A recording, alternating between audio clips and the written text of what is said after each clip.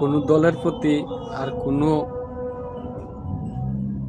কমিটির প্রতি আমার কোনো দায়বদ্ধতা নাই, আর আমি দায়বদ্ধতার মধ্যে থাকতামও চাই না। আমি সোজা কথা একটাই করতে চাই, দেশে যারা আছে, যত হিন্দু মানুষ আছে, তারার তো একটা অস্তিত্ব থাকার দরকার।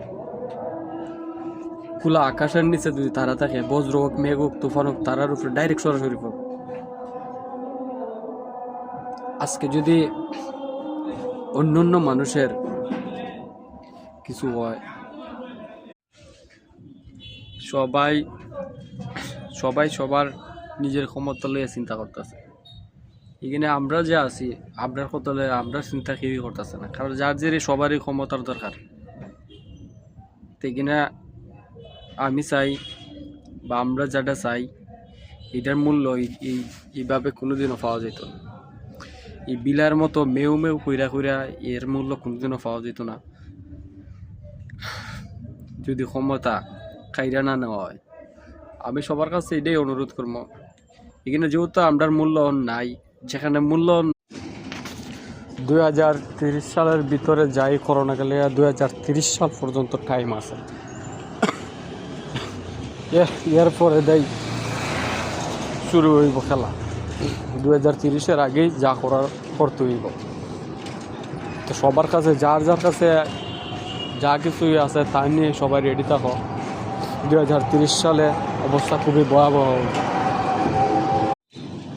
খেদায় কিতা হইল না হইল এটা দেখার বিষয় না। আমি সবার কাছে একটাই অনুরোধ করব, যার কাছে স্মার্টফোন আছে, যার কাছে মোবাইল আছে, তারা সবাই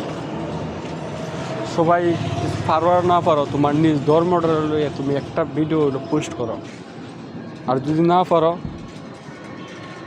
সহায়তা করো, আর কিছু কইলাম না।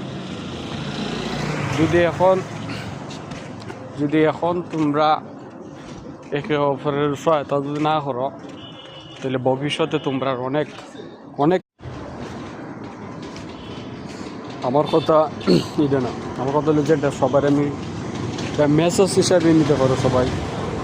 কারণ আমি এটাই হইতে পেতেছি যে যদি তোমরা হিন্দু থাকতে চাও আর হিন্দু হয়ে মরতে চাও আর সুন্দরভাবে বাঁচতে চাও, তাহলে এক লাইনে এইটুকু।